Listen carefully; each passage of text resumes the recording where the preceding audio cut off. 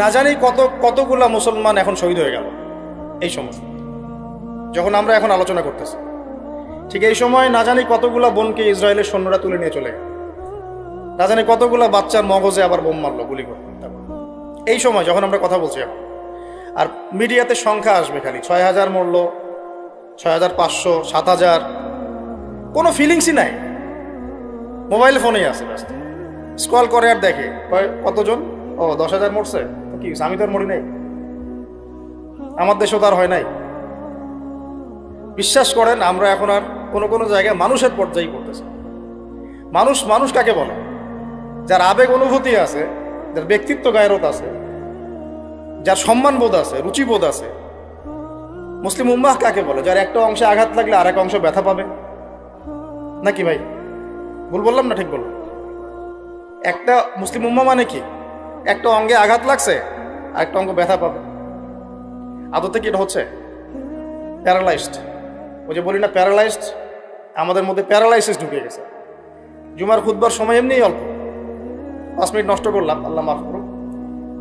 সরাসরি কিছু কথা আপনাদেরকে একদম সরাসরি। আমরা এখন এমন একটা সময় আছি, এই শেষ জামানায়, এই যুগে ফিতনা থেকে বাঁচা চারটাখানি কথা না। আর এই ফিতনা থেকে বাঁচতে না পারলে জান্নাতে যাওয়া যাবে না।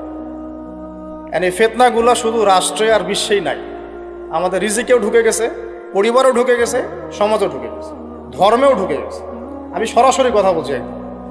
রাষ্ট্র, বিশ্ব, অর্থনীতি, সমাজ, পরিবার, ধর্ম আর সংস্কৃতি, এমন কোনো ক্ষেত্র বাকি নাই যেখানে ফিতনা ঢোকে নাই। এখান থেকে বাঁচা চারটাখানি কথা না। এখান থেকে বাঁচতে হলে আমাদেরকে প্রথমে যেটা করতে হবে, আগে দিনের জ্ঞান অর্জন করতে হবে। আপনি এই জেনারেশনকে জিজ্ঞাসা করেন, আমাদের স্বপ্ন তো এই জেনারেশন কি নেই নাকি? যাদের বয়স 50 হয়ে গেছে তারা আর কি করতে পারবেন দিনের জন্য? হয়তো তারা 20-30 বছর পৃথিবীতে থাকবেন হাইয়েস্ট, আল্লাহ ভালো জানে।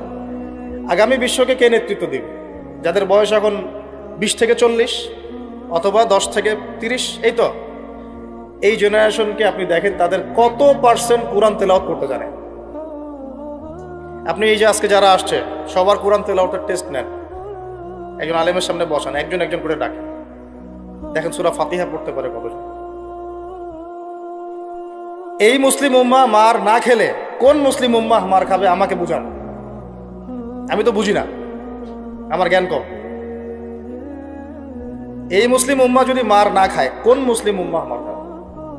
আজকে যারা আসছে এখানে বা এর পরেও আসবে জুমার দিনে, আপনি এদেরকে 5 ওয়াক্ত নামাজে পাবেন। তাহলে যারা 5 ওয়াক্ত নামাজ পড়তেছে না, জুমার নামাজটাকেই দিন মনে করে, তাহলে এই মুসলিম মার না খেলে কে মার খাবে? আমাকে বুঝান, আমি বুঝি না, কিছু বিষয় আমি বুঝি না। আবার যারা নামাজ পড়ে তাদের আখলাক, ব্যক্তিত্ব, আখলাক, চরিত্র, সুন্নতের জীবনযাপন, আমরা বলি না সুন্নাহ মাফিক জীবনযাপন, রাসূলের সুন্নাহ মাফিক জীবনযাপন, কতজনের মধ্যে চেহারা, সুরতে, পোশাকে, আশাকে, কথাবার্তায় সুন্নত আছে। তো যে জাতি তার নবীর সুন্নত ভুলে যায়, সে জাতি কিভাবে বিশ্ব শাসন করবে আর কেন সে মায়ের খাবে না আমাকে বোঝান সম্ভব? তাহলে প্রথম নসিহতটা ভাই, পড়াশোনা করতে হবে। আর পড়াশোনা শুরু হবে কোন কিতাব থেকে? তাড়াতাড়ি কোরআন পড়া শুরু করেন, হাতে সময় কম, তাড়াতাড়ি শুরু করেন। প্রত্যেকটা জেলায়, গ্রামে, ইউনিয়নে, প্রত্যেকটা জায়গায় মসজিদ, মাদ্রাসা, মক্তব প্রতিষ্ঠা করেন। আছে, নাই তা না, অবশ্যই আছে, এটা আমাদের সৌভাগ্য।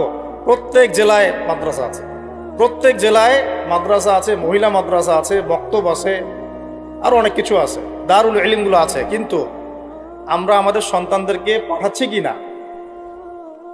আমরা আমাদের বাচ্চা কাচ্চাদেরকে পাঠাচ্ছি কি না? আমাদের যুবকরা সেখানে আসে কি না? আপনারা তো ফ্যান্টাসিতে অনলাইনে দিন শিখতে চান। 3টা মাস কোনো আলেমের কাছে বসে কি ক্লাস করেছেন? কখন একটা কিতাব কি পড়েছেন? অনলাইনে একটা ভিডিও দেখে কি শিখবেন? অনলাইনে দিন শিখতে গেলে আপনি এটাই শিখবেন, অমুক যা বললো তমুকের বিরুদ্ধে, আর তমুক যা বললো অমুকের বিরুদ্ধে। অনলাইনে এটাই শিখবেন আপনি। আর এটার পিছনে এক শ্রেণীর ইউটিউবার, ফেসবুকারও দায়ী। শুধু সে ব্যক্তি দায়ী তা না, এরাও মিডিয়াও দায়ী আছে। অমুক যা বললো তমুকের বিরুদ্ধে, আর তমুক যা বললো অমুকের বিরুদ্ধে। মানুষ মজা পায়, ওর কন্টেন্টের ভিউ বেশি হয়, কামাই বেশি, দিনের তো ক্ষতি হয়ে গেল। আম জনগণের মধ্যে ইসলাম সম্পর্কে বিরূপ ধারণা সৃষ্টি হল। আসল লক্ষ্যটা কি জানেন? ওই যেখানে আমাদের ভাইরা এখন মার খাচ্ছে না, ওই ফিলিস্তিন, ওই জেরুজালেম হচ্ছে আমাদের আসল লক্ষ্য। ওইটাই পৃথিবীর এমন একটা জায়গা যেখান থেকে সভ্যতা শুরু হয়েছে পৃথিবীতে। মক্কা থেকে শুরু হয় নাই, ওই ফিলিস্তিন থেকে পুরো বিশ্বে সভ্যতা শুরু হয়েছে। আজকে থেকে এটা 10,000 বছর আগের কথা, ওখান থেকেই শুরু হয়েছে। আর ওখানেই পৃথিবীর শেষ হবে। ওইখানেই যতক্ষণ পর্যন্ত ঈসা আলাইহিস সালাম না আসছেন এবং ইসলামী খেলাফত আবার কায়েম না করছেন, কিয়ামত হবে না। এই যে আসল জায়গাটা থেকে আমাদেরকে সরাই দেওয়া হয়েছে না, কয়জন ভাবে এটা নিয়ে? কয়জন জানে বা এটা নিয়ে? জানেই বা কয়জন? কিছু মানুষ আছে সারা জীবন হাত বাঁধা নিয়ে আপনাকে ব্যস্ত করে রাখলো। বাঁধবেন কোথায়? এখানে বাঁধবেন, এখানে বাঁধবেন, এইভাবে বাঁধবেন, এইভাবে বাঁধবেন, এইভাবে 5টা 6টা জায়গা নিয়ে ক্যাচাল করতে করতে করতে হায়াতই শেষ হয়ে যেত। সুবহানাল্লাহ। মনে করেন এক ভাইয়ের হাত নাই, এইভাবে দাঁড়ায় দাঁড়ায় নামাজ পড়তেছে, নামাজ হবে না? হবে না? আমার হাত আছে, আমার এখানে একটা ফোড়া উঠছে, মনে করেন সত্যি সত্যি উঠছে, এটা মিথ্যা বলছি না, তা আমি এভাবে নামাজ পড়বো, হবে কি না? হবে না? হাত বাঁধেই নাই সে, হবে না? হবে না?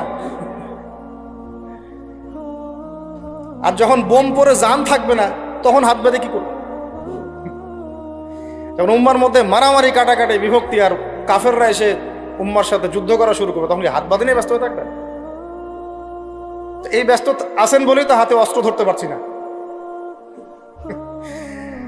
এক ভাই খুব সুন্দর কথা বলছে যে ইসরায়েলের উচিত যে বাংলাদেশ থেকে এরকম কিছু শায়েক এবং মানুষকে হায়ার করা এবং এদেরকে ফিলিস্তিনে ছড়িয়ে দেওয়া, তাহলে জীবনেও ফিলিস্তিনিরা আর অস্ত্র হাতে নিতে পারবে। ওরা এগুলো নিয়েই ব্যস্ত থাকবে। কারণ আল্লাহ না করুক, যদি আল্লাহ না করুক, আমরা দোয়া করি, কিন্তু আমরা আশঙ্কা তো করি, আল্লাহ না করুক যদি শান্তিপূর্ণ এই বাংলার মাটিতেও কখনো এরকম পরিস্থিতির সৃষ্টি হয়, আল্লাহ না করুক, দোয়া করি আমরা, তখনও এক শ্রেণীর মানুষ এগুলো নিয়েই ব্যস্ত থাকবে। আপনাকে আপনার মূল লক্ষ্যটা থেকে সরায় দেওয়া হয়েছে।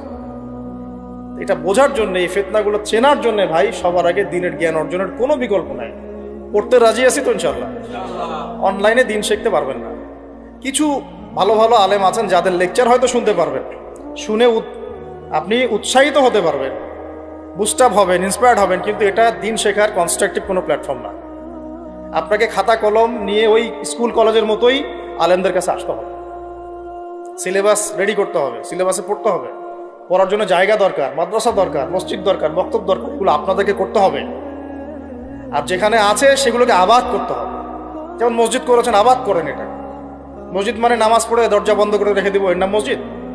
মসজিদ মানে এখান থেকে দিনের দাওয়াতটা ছড়াবে, দিনের শিক্ষাটা ছড়াবে, তাই নয় কি? আল্লাহ রসুল কি মসজিদ সাল্লাল্লাহু আলাইহি ওয়াসাল্লাম মসজিদ প্রতিষ্ঠা করে শুধু নামাজের সময় খুলতেন আর নামাজের পরে বন্ধ করতেন?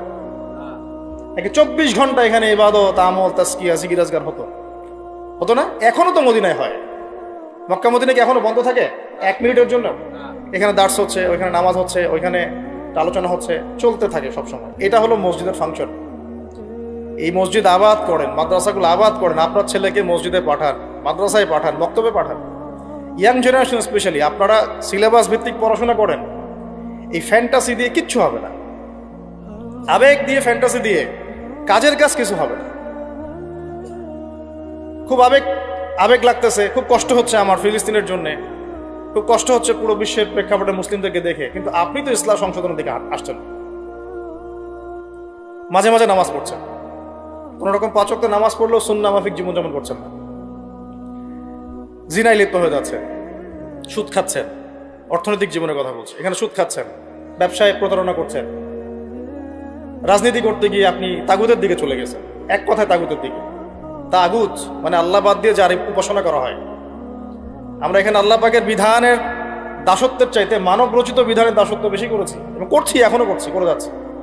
কিছু করার নাই, কারণ পুরো বিশ্বটা এইভাবেই তো ফাংশন করা। যাদের গলায় জাতিসংঘের দড়ি আছে এরা তো এখান থেকে বেরোতে পারবে না। পারবে না? তাহলে ওদের আন্ডারে যে রুলস অ্যান্ড রেগুলেশনস, এর আওতায় তো চলতে হবে। কিন্তু শিরক হয়ে গেল, এখানেও তো শিরক হয়ে গেল। মার না খাওয়ার কোনো কারণ নাই আমাদের এখন, এই পর্যন্ত যে আমরা শান্তিপূর্ণভাবে নামাজ কালাম পড়তে পারছি আল্লাহ পাকের রহমত।